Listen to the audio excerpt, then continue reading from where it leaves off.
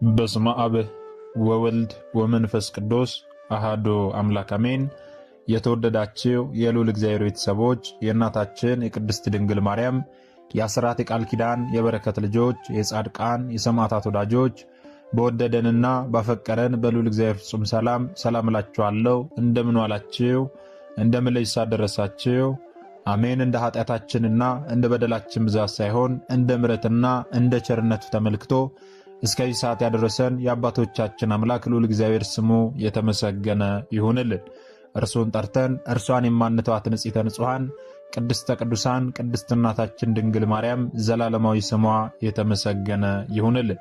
እንግዲህ እንደ እግዚአብሔር አምላካችን መልካምና በጎ ፍቃድ ዛሬ የምንማማረው ጾመ ፍልሰታ ለማርያም መቼ ይገባል፣ እንዲሁም ደግሞ ይህንን ጾም ስለምንድን ነው የምንጾመው የሚለውን እንደ እግዚአብሔር አምላካችን መልካምና በጎ ፍቃድ ዛሬ አጥራ አድርገን እንማማራለን። እንግዲህ የሚያስተምረን እግዚአብሔር ነው፣ የሚመክረን እግዚአብሔር ነው፣ የሚገስጸን እግዚአብሔር ነው። እርሱ በመካከላችን ተገኝቶ የጎደለውን አሟልቶ የተጣመመውን አቃንቶ በአፈ መላእክት አርሞ ያስተምረን ይመክረን ይገስጸን ዘንድ የእርሱ መልካምና በጎ ፍቃዱ ይሁንልን። የእናታችን የንጽሕተ ንጹሐን የቅድስተ ቅዱሳን የቅድስት እናታችን የድንግል ማርያም ምልጃ ተረዳይነቷ በረከቷ ሁሉ በሁላችን ላይ ይደርብን። እንግዲህ ወደ ዛሬ ትምህርታችን ስንገባ ታዲያ ጾመ ፍልሰታ ለማርያምን ስለምንድን ነው የምንጾም የሚለውን ከመመልከታችን አስቀድሞ ጾም ማለት በራሱ ምን ማለት ነው የሚለውን ልናውቅ ያስፈልጋልና ይህንን አጠር አድርገን እንመለከታለን።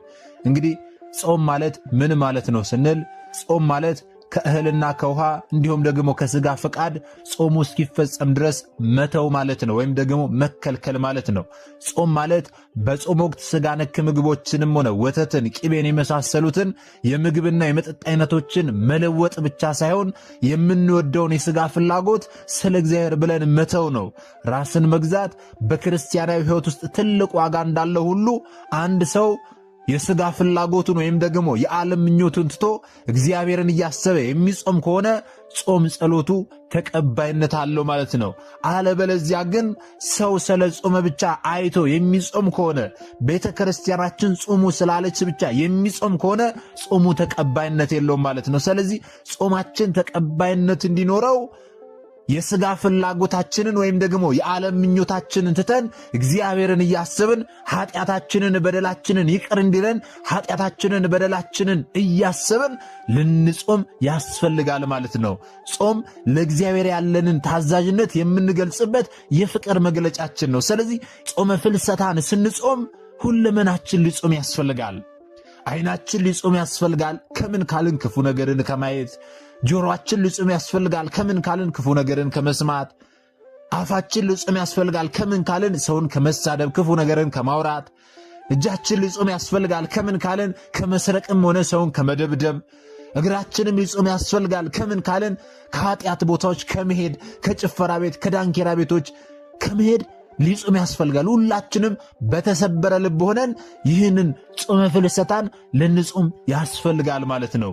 በመሰረቱ ሊቃውንት አባቶቻችን ስለ ጾም ምንነት ሲተረጉሙልን ጾም ማለት ለተወሰኑ ሰዓታት ከእህልና ከውሃ እንዲሁም ደግሞ ለተወሰኑ ዕለታት ወይም ሳምንታት ደግሞ ስጋን ደስ ከሚያሰኙና ከሚገነቡ ምግቦች መከልከል ነው ብለው ይተረጉሙልናል። የጾም ዋነኛ ዓላማው የስጋን ፍቃድ ለነፍስ ፍቃድ ማስገዛት መቻል ነው። ስጋችንን ደስ ከሚያሰኙ ነገሮች መከልከል፣ ስጋችንን ከሚገነቡ ምግቦች መከልከል ነውና የትኛውም አይነት ነገር ለስጋችን ጠቃሚ ከሆነ ያንን ነገር መከልከል መቻል አለብን። ሰውነቴ በጾም ደከመ፣ ስጋዬም ቅቤ ከማጣቱ የተነሳ ከሳ ብሏል መዝሙረኛው ልበ አምላክ ቅዱስ ዳዊት። ይህንን የተናገረው የጾምን ምንነት በደንብ እንድንረዳ ነው። አዎ ስጋችንን በጾም ማድከም እንዳለብን፣ ሰውነታችን ደግሞ ገንቢ ነገሮችን በማጣቱ ምክንያት እንዲከሳ ማድረግ እንዳለብን፣ ያንን ስናደርግ ደግሞ እግዚአብሔር አምላክ ልፋታችንን ተመልክቶ ጾማችንን ጸሎታችንን እንዲቀበለን የዓለም ምኞታችንን ሁሉ ትተን እግዚአብሔርን እያስብን ልንጾም እንደሚገባ ያስረዳናል ማለት ነው። ስለ ጾም ምንነት አጥር አድርገን ይህችን ከተመለከትን ጾመ ፍልሰታ ለማርያም ምንድን ነው? ለምንድን ነው የምንጾመው? የስሙ ትርጓሜስ ምን ማለት ነው የሚለውን ደግሞ መመልከት ያስፈልጋል። እንግዲህ እንደ ቅድስት ቤተ ክርስቲያናችን አስተምሮ መሰረት 7 የአዋጅ አጽዋማት አሉ። እነዚህ 7 የአዋጅ አጽዋማት ማንኛውም ክርስቲያን ሊጾማቸው ይገባል ብላ ቤተ ክርስቲያናችን የደነገገችልን ናቸው። ከነዚህ ከ7ቱ የአዋጅ አጽዋማት መካከል አንዱ ጾመ ፍልሰታ ይባላል። ፍልሰታ ማለት ስደትን፣ መፍለስን ወይም ደግሞ መዘዋወርን የሚያመላክት ቃል ነው። የእመቤታችን የድንግል ማርያምን ክቡር ሥጋ ከዚህ ከሚያልፈው ዓለም ወደማያልፈው ዓለም ወይም ደግሞ ከምድር ወደ ሰማይ ማድረጉን መፍለሱን የሚያመላክት ቃል ነው። ይህ ፍልሰታ የሚለው ቃል ማለት ነው። ስለዚህ ፍልሰታ ለማርያም ስንል የእመቤታችን የቅድስት ድንግል ማርያም ሥጋ ከዚህ ከሚያልፈው ዓለም ወደማያልፈው ዓለም ወይም ደግሞ ከምድር ወደ ሰማይ ማድረጉን መፍለሱን የሚያመላክተን ቃል ነውና ፍልሰታ ለማርያም ስንል ይህን ልናስብ ያስፈልጋል ማለት ነው። ጾሙ ጾመ ፍልሰታ የተባለበትን ምክንያት ሐዋርያት የእመቤታችንን ሥጋ ከምድር ወደ ገነት መፍለሱን በኋላም ደግሞ ከሙታን ተለይታ በክብር ወደ ሰማይ ማረጓን ወይም ደግሞ መፍለሷን አስበው የጾሙት ጾም ስለሆነ እኛም ደግሞ የአባቶቻችንን አሰረ ፍኖት ተከትለን የምንጾመው ጾም በመሆኑ ጾመ ፍልሰታ ተብሏል ማለት ነው። ልብ በሉ። ታዲያ ይህ ጾም መቼ ይጀምራል ካልን ነሐሴ 1 ቀን ይጀምራል። እስከ ነሐሴ 16 ቀን ድረስ ይጾማል። 16ቱ ቀናት ናቸው የሚጾሙት። ይህንን ጾም የምንጾምበት ምክንያትስ ምንድን ነው ካልን ሐዋርያት የእመቤታችንን ዕረፍትና ትንሣኤ አስመልክተው የጾሙት ጾም ነው። እኛም ደግሞ እነርሱን አብነት አድርገን የእመቤታችንን በረከትና ረድኤት ለማግኘት በሱባኤና በጸሎት ከእግዚአብሔር ጋር ለመታረቅ በጸሎታችንና በጾማችን የምንለምነውን መንፈሳዊና ሥጋዊ ልመና እመቤታችን ቅድስት ድንግል ማርያም በምልጃዋ እንድታሳካልን ይህንን ጾም እንጾማለን ማለት ነው። የሐዋርያቱን በረከት ለመላበስ ከእመቤታችን በረከት ረድኤት ለማግኘት ከጌታችን ጋር በጾም በጸሎት ለመታረቅ ጾም ጸሎታችንን ደግሞ እመቤታችን ቅድስት ድንግል ማርያም ተቀብላ ከልጇ ከወዳጇ አስታርቃ በምልጃዋ ልመናችንን ሁሉ የልቦናችንን ቋጠሮ ሁሉ እንድትፈታልን ይህንን ጾም እንጾማለን ማለት ነው።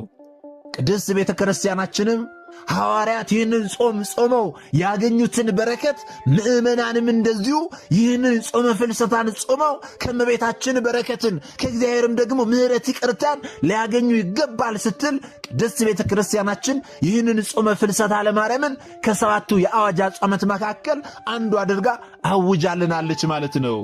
ታሪኩ ምንድን ነው የሚለው ልናውቅ ያስፈልጋል። ለምን ይህን ጾም መጾም አስፈልጋቸው የሚለውን ከእመቤታችን ጋር የሚያያይዘውን ታሪክ ልናውቅ ያስፈልጋልና ይህንን ደግሞ አጠር አድርገን እንመለከታለን። እንግዲህ እመቤታችን ቅድስት ድንግል ማርያም ከአባታ ከቅዱስ ኢያቄም ከእናቷ ደግሞ ከቅድስት ሐና ግንቦት 1 ቀን በሊባኖስ ተራራ ላይ ተወልዳልናለች። በ3 ዓመቷ ለቤተ መቅደስ ተሰጥታ 12 ዓመታት ያህል በቅድስናና በንጽሕና አደገች። በመልአኩ በቅዱስ ገብርኤል ብስራት አምላካችን መድኃኒታችን ኢየሱስ ክርስቶስን ጸንሳ ወለደች። በዚህ በሉቃስ ወንጌል ምዕራፍ 1 ቁጥር 26 ላይ ስትመለከቱ እንደምታገኙት እመቤታችን ቅድስት ድንግል ማርያም ከልጇ ከጌታችን ከመድኃኒታችን ከኢየሱስ ክርስቶስ ጋር 33 ዓመት ከ3 ወር አብራ ካሳለፈች በኋላ ጌታችን መድኃኒታችን ኢየሱስ ክርስቶስ በዕፀ መስቀል ላይ ሆኖ ለወደደው ደቀ መዝሙሩ ለቅዱስ ዮሐንስ እመቤታችን ቅድስት ድንግል ማርያምን አደራ ሰጣት። በዮሐንስ ወንጌል ምዕራፍ 19 ቁጥር 26 ላይ እንደምትመለከቱት ከዚያ በኋላ እመቤታችን ቅድስት ድንግል ማርያም በቅዱስ ዮሐንስ ቤት 15 ዓመት ከ9 ወራት ትኖራለች። በጥቅሉ የእመቤታችን ቅድስት ድንግል ማርያም ዕድሜ 64 ይሆናል። ይህ 64 ዕድሜ ስሌቱ እንዴት ነው ስንል 3 ዓመት በወላጆቿ ቤት፣ 12 ዓመት በቤተ መቅደስ፣ 33 ዓመት ከ3 ወር ከጌታችን ጋር፣ 15 ዓመት ከ9 ወር ደግሞ በቅዱስ ዮሐንስ ቤት በጠቅላላው 64 ዓመት ያህል እመቤታችን ቅድስት ድንግል ማርያም በዚህ ምድር ላይ ኖራለች ማለት ነው። በ64 ዓመቷ ታዲያ ጥር 21 ቀን ከዚህ ከሚያልፈው ዓለም ወደማያልፈው ዓለም ንጽሕተ ንጹሐን ቅድስተ ቅዱሳን ድንግል ማርያም ተለየች ማለት ነው። ታዲያ በጥር 21 ቀን እመቤታችን ቅድስት ድንግል ማርያም ስታርፍ ሐዋርያቱ የእመቤታችን ቅድስት ድንግል ማርያምን ሥጋ ለመቅበር በአጎበር አድርገው ወደ ጌቴሴማኒ መቃብር ይዘዋት ሲሄዱ ሳሉ አይሁድ በምቀኝነት ተነሱባቸው። ስለምን በምቀኝነት ተነሱባቸው ካልን ቀድሞ ልጇ ተነሳ አረገ እያሉ ሲያውኩን ኖረዋል። ዛሬ ደግሞ ዝም ብንላቸው እርሷ ተነሳች አረገች እያሉ ሊያውኩን አይደለምን? ስለዚህ አስክሬኗን በእሳት ማቃጠል ይኖርብናል። ኑ እንሂድና ተቀብለናቸው አስክሬኗን በእሳት እናቃጠል ብለው አይሁዳውያን በክፋት ተነሱባቸው። ከነዛ አይሁዳውያን መካከል እጅግ ፈርጣማ የሆነና ጉልበተኛ የተባለው ታውፋንያ የሚባል አይሁዳዊ ሰው ተራምዶ አጎበሯን ቢጨብጠው የእመቤታችን ቅድስት ድንግል ማርያም ሥጋዋ ያለበትን አጎበር ቢጨብጠው መልአከ እግዚአብሔር በሰይፍ ሁለት እጆቹን ቆረጣቸው። የእግዚአብሔር መልአክ እጆቹን በሰይፍ ቆረጣቸው። እጆቹ ከአጎበሩ ላይ ተንጠልጥለው ቀሩ። በዚህ ጊዜ ታውፋንያ እጅጉን አለቀሰ፣ አነባ፣ ከልቡ ተጸጸተ። እመቤታችን ቅድስት ድንግል ማርያም ምሕረትን ታደርግለት ዘንድ አዎ በድያለሁ፣ ማሪኝ፣ ይቅር በይኝ ብሎ እመቤታችን አጎበር ስር እጆቹ ተቆርጠው ተንጠልጥለው ሳለ አለቀሰ። ወገኖቼ የእኛ እናት ወላዲተ አምላክ ንጽሕተ ንጹሐን ቅድስት ድንግል ማርያም ሩሩሃ አዎ ርኅርኅት ናትና የሰው ልጅ መጥፋት የማትወደው ለሁሉ ርኅራኄዋ ከእጅግ የበዛ እመቤታችን ቅድስት ድንግል ማርያም ሥጋዋን ለማቃጠል የመጣውን በድፍረት አጎበሯን አዎ የያዘውን የጨበጠውን መልአኩ እጆቹን የቆረጠውን ያንን ታውፋንያ አዎ ምሕረትን አድርጋለት እጆቹ እንደነበረ ተመልሰውለት ተፈውሷል። ወገኖቼ ከዚህ በኋላ ታዲያ አይሁዳውያን ስለተነሱባቸው እግዚአብሔር አምላክ መላእክቱን ልኮ የእግዚአብሔር መላእክት መጥተው የእመቤታችን የቅድስት ድንግል ማርያምን ክቡር አስክሬን ነጥቀው በገነት በዕፀ ሕይወት ሥራ ኑሯት። ወገኖቼ ይህንን ታሪክ የምናገኘው በነገረ ማርያም ላይ በተአምረ ማርያም ላይ በስንክሳር ጥር 21 እና ነሐሴ 16 ላይ ነው። ታዲያ እመቤታችን ከጥር 21 ቀን ጀምሮ እስከ ነሐሴ ድረስ በገነት በዕፀ ሕይወት ስር አስክሬኗ በዛ ነበር ያለው። ታዲያ ከ8 ወራት በኋላ በነሐሴ 1 ቀን ሐዋርያት የእመቤታችንን አስክሬን ከጌታ ተቀብለው ለመቅበር ሲሉ ሱባኤ ገቡ።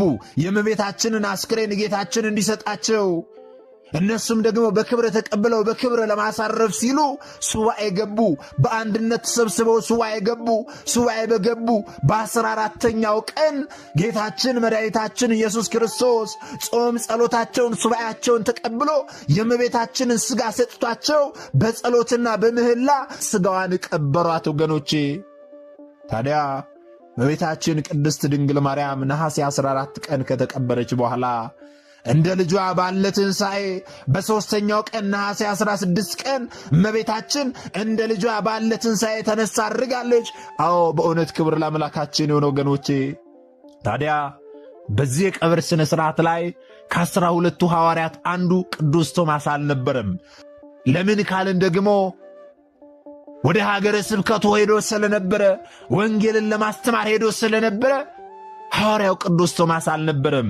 ታዲያ ሐዋርያው ቅዱስ ቶማስ ደመና ጠቅሶ ከሀገረ ስብከቱ ወይም ደግሞ ከህንድ ነበርና ሀገረ ስብከቱ ከህንድ ሲመለስ ሳለ እመቤታችንን ስታርግ አገኛት።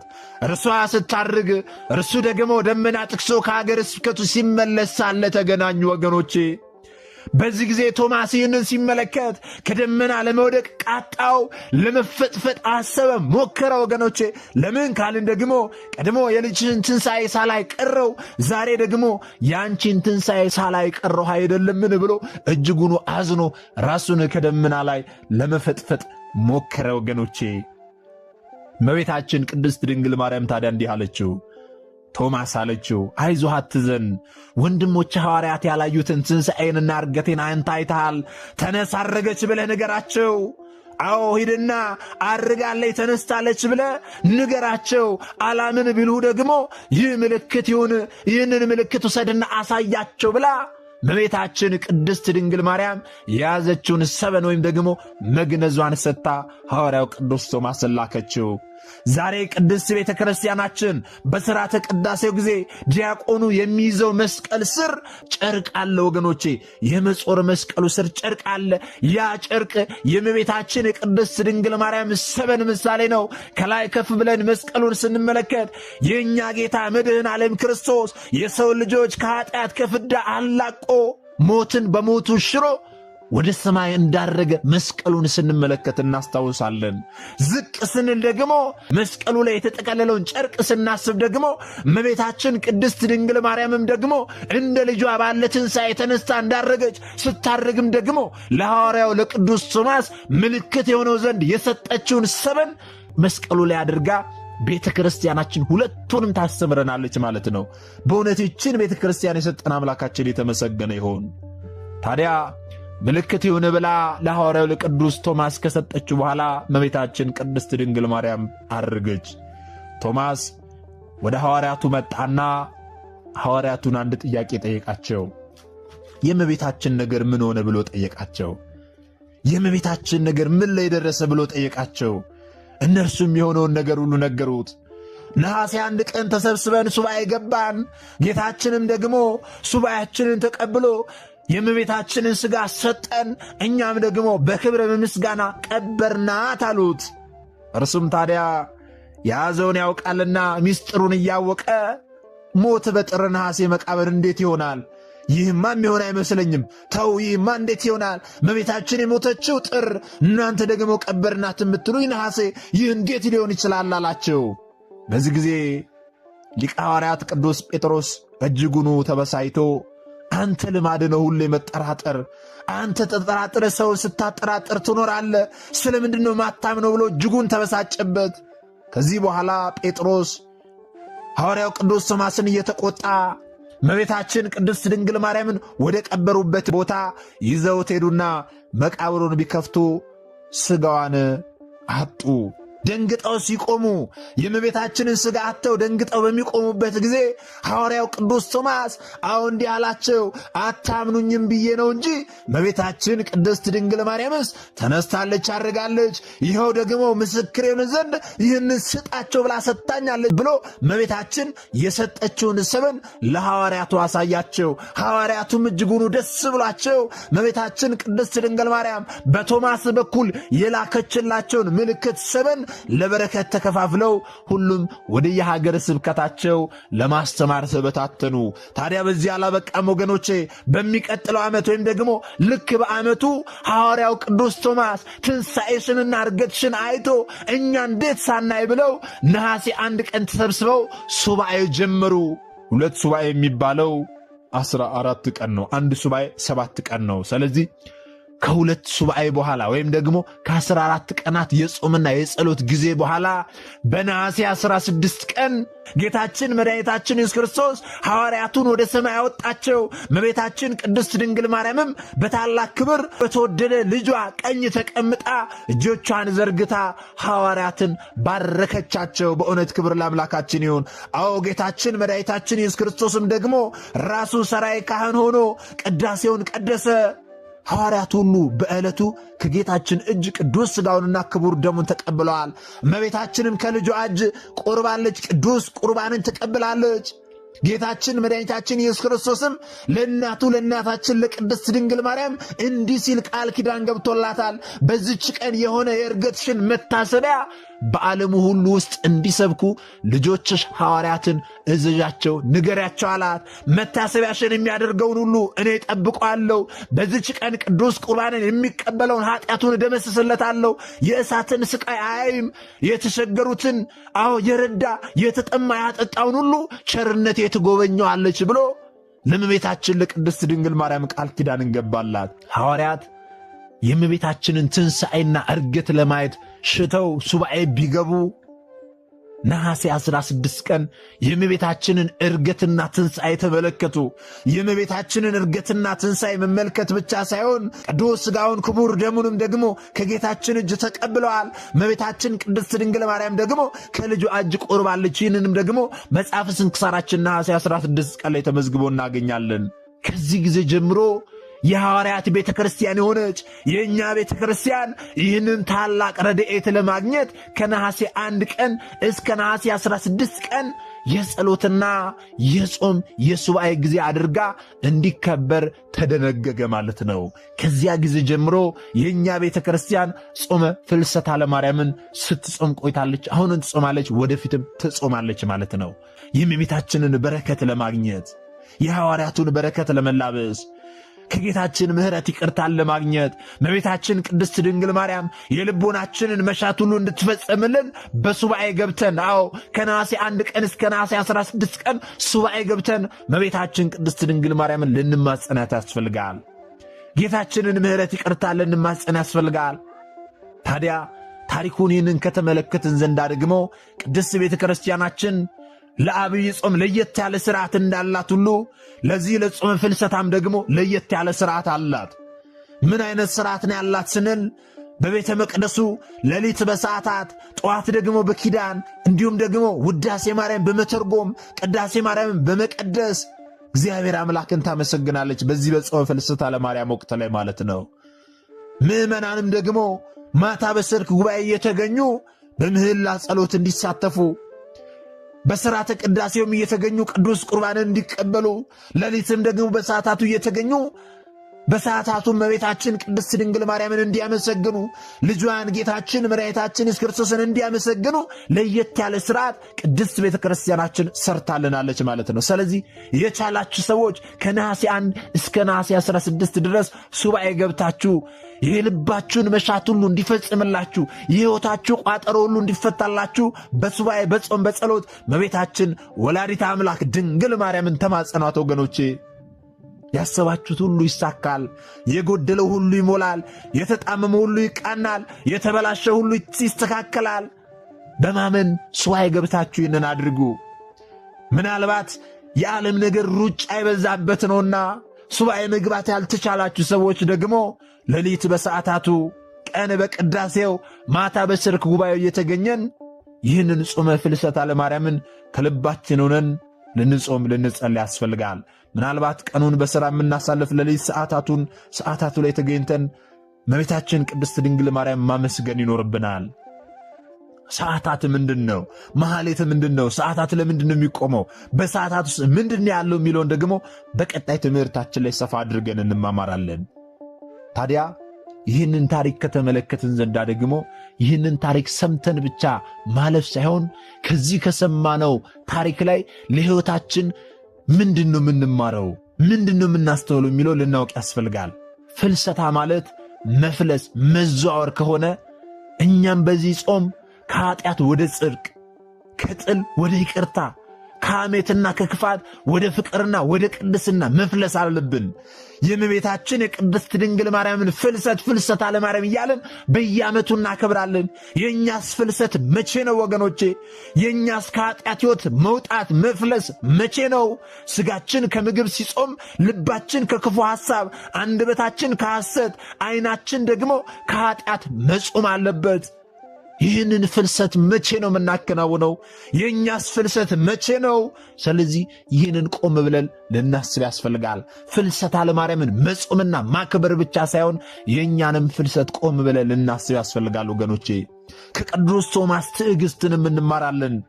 ወንድሞቹ ሐዋርያት ሲቆጡት እውነቱን እያወቀ በትሕትና እንዳዳመጣቸው ሁሉ እኛም ዛሬ በሕይወታችን መታገስን፣ ሰዎች ላይ አለመፍረድን፣ በትሕትና መመላለስን ከሐዋርያው ከቅዱስ ቶማስ ልንማር ያስፈልጋል ወገኖቼ። ሱባኤ ማለት ከዓለም ጫጫታ ተለይቶ ከእግዚአብሔር ጋር ብቻ የሚደረግ ትልቅ የጸሎት የጽሞና ጊዜ ነው።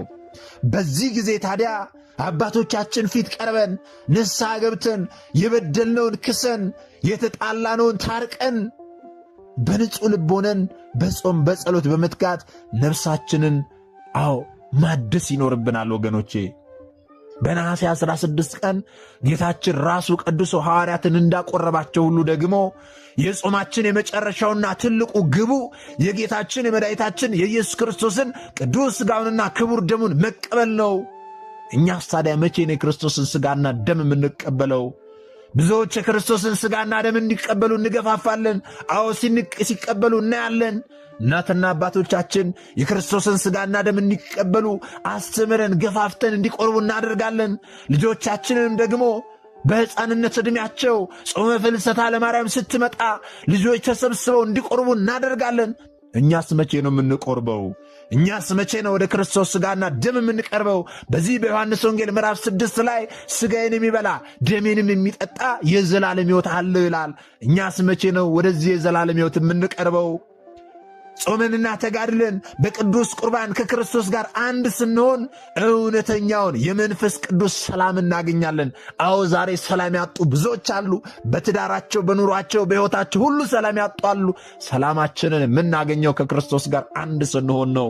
እውነተኛውን የመንፈስ ቅዱስ ሰላም ስናገኝ ነው።